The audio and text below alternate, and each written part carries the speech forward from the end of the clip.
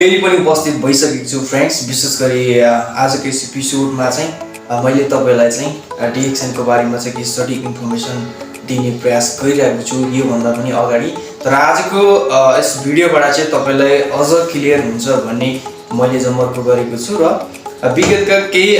तपाईको चाहिँ दिनहरुमा मैले तपाईलाई केही भिडियोहरु चाहिँ तपाईलाई मैले चाहिँ राख्दै आइरहेको थिएँ र आज पनि त्यही सम्बन्धी केही भिडियोहरु राख्ने छ र हामीले चाहिँ एउटा टिमबाट चाहिँ टिम वर्क गर्ने भन्ने प्रयासले हामी अगाडि बढिरहेका छौं र अहिले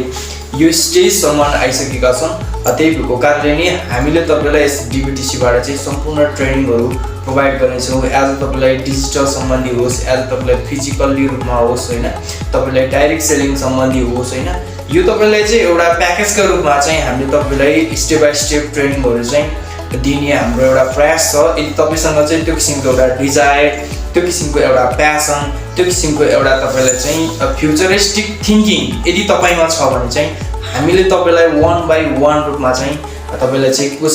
कोचिङ गर्ने छौं, कन्सल्टिङ गर्ने छौं एज अ तपाई चाहिँ इन्ट्रेस्ट पर्सन हो भने। किन भन्दाखेरि DXN डाइरेक्ट सेलिङ एउटा राम्रो प्लेटफर्म भएको कारणले गर्दा फेरि यहाँबाट एउटा इन्टरनेशनल रूपमा चाहिँ हामीले एउटा बिजनेसलाई चाहिँ एक्सपेन्ड गर्न सक्ने त्यो किसिमको एउटा कम्पनीको सिस्टम भएको कारणले गर्दा फेरि वर्ल्ड वाइड रूपमा कुनै पनि कन्ट्रीमा गएर हामीले डाइरेक्ट सेलिङ बिजनेस चाहिँ गर्न सकिन्छ।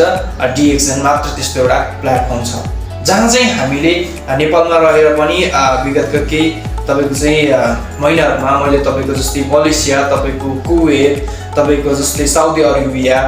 तपाईको इन्डिया हैन, तपाईको हङकङ, यो कन्ट्रीहरुमा चाहिँ मैले एज अ भनेको चाहिँ नेपालमै रहेर पनि DXN डाइरेक्ट सेलिङ बिजनेसलाई चाहिँ मैले एक्सपेन्ड गरिरहेको छु र त्यहाँ भएको तपाईको चाहिँ एउटा